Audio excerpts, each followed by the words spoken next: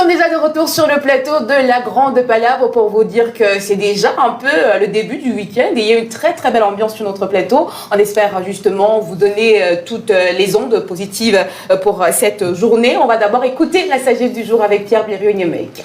Alors, la sagesse de ce jour, c'est pour ceux qui se croient pauvres et qui n'arrivent pas à donner parce qu'ils disent qu'ils n'ont pas. N'oublie pas de partager même dans la pauvreté. Il y a toujours plus pauvre que toi. N'oublie pas de partager même dans la pauvreté. Il y a toujours plus pauvre que toi. On croit souvent que donner est réservé à ceux qui vivent dans l'abondance, à ceux qui ont beaucoup. Mais la générosité ne commence pas seulement quand le bien déborde. Oui. La générosité, c'est la richesse du cœur. Ceux qui ont moins et qui sont riches dans leur cœur doivent savoir donner. Ils doivent donner. Oui. La pauvreté la plus absolue, c'est la pauvreté du cœur. C'est celle qui pense qu'on n'a pas assez pour donner. Et celle-là frappe même les riches.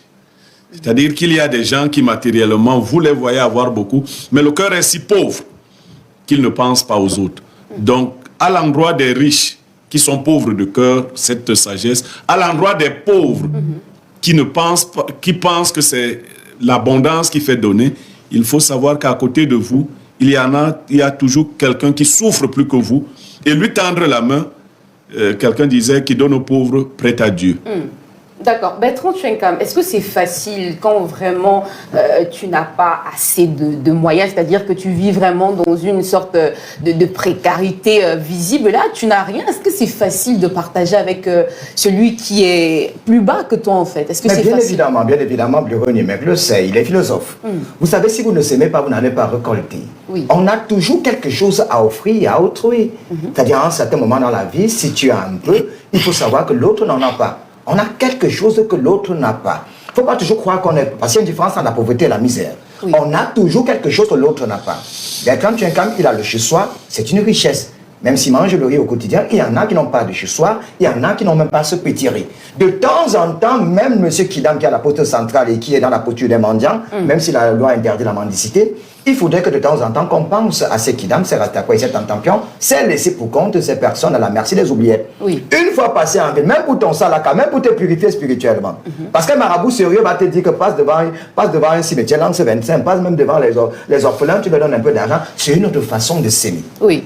Tu ne peux pas t'enrichir. Regardez un peu les Rosicruciens, les francs-maçons, c'est eux qui sont toujours en train de s'aimer. Nous sommes tous dans la posture dans des candidats. On est toujours, oh, je n'aime pas. Vous connaissez les Rosicruciens? Oh, oui, ils ne sont pas très loin de moi. Donc, toujours est-il qu'il faut toujours s'aimer. J'espère que tu ne parles pas de nous, hein. Moi, je ne suis pas dans cette affaire-là. Pas très loin, ça veut dire quoi? Je ne suis pas très loin de toi. Non, je disais juste qu'il y a beaucoup de Rosicruciens qui sont mes amis, des kabbalistes qui sont mes amis, des francs-maçons. Okay. Et il y en a aussi certains qui ne sont pas très loin de moi. D'accord. Mais ce sont des personnes généreuses. Non, mais Bertrand, quand tu reviens, ils ne sont pas très loin de moi. Moi, je me sens visée. Hein. Je me sens vraiment visée. Non, aussi. Non, je n'ai pas dit que c'est bleu. J'ai dit qu'ils ne sont pas loin de moi. Okay. Parce que même s'ils sont à 1 kilomètre de moi, ils ne sont pas loin de moi. Mais remarquez une chose, vous allez toujours entendre le Rotary à partager.